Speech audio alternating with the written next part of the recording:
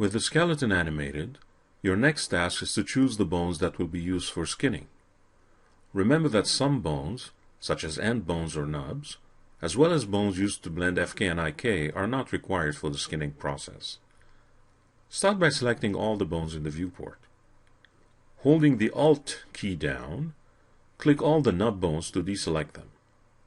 This includes the 2 nubs for the feet, the 10 finger nubs, the 2 hand nubs, as well as the head nub and the pelvis nub. Next, press H to open the Select from Scene dialog. In the Select menu, make sure the Select Children option is disabled. Locate the FK and IK chains. The ones for the right side of the skeleton are easy to find at the very bottom of the dialog. Hold Ctrl down and deselect the FK and IK chains. Now locate the left side FK-IK chains. They should be halfway down the list. Deselect them as well and click OK to exit the dialog. Now you have the bones you need to affect the skinning modifier. To make that selection easier, create a selection set of the selected bones.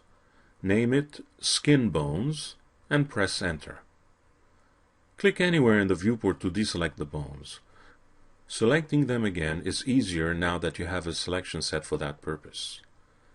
Using the Layer toolbar, unfreeze the mesh layer. Select the zombie mesh and press Alt-X to disable X-ray mode. You're ready to start skinning. With the mesh selected, apply a skin modifier.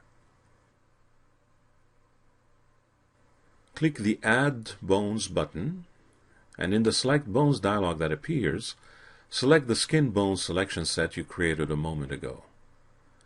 This is much easier than picking individual bones from a hierarchy list.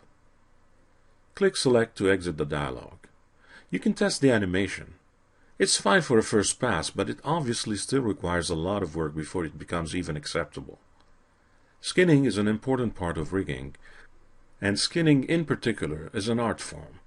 Different riggers work in different ways when it comes to skinning a model. Some use envelopes, where they adjust capsule-like gizmos to control how a bone affects its surroundings.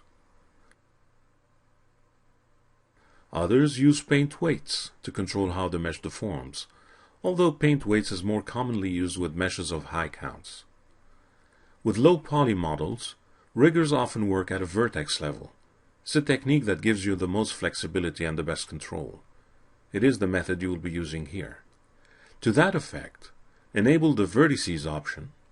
This would make it possible to select vertices and weight them individually.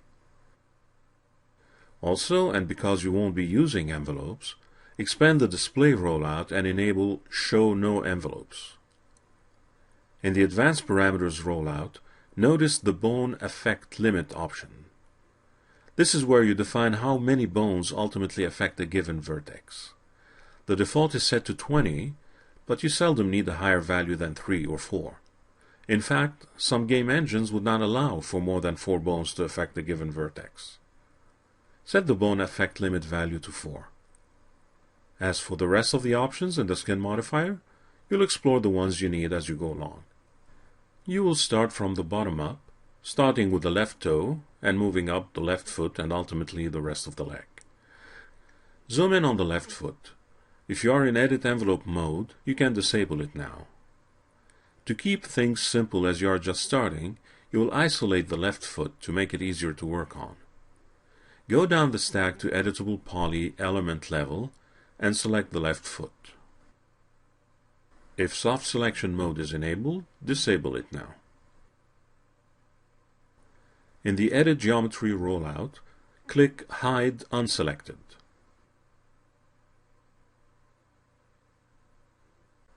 Exit Element mode and go back up the stack to the Skin modifier.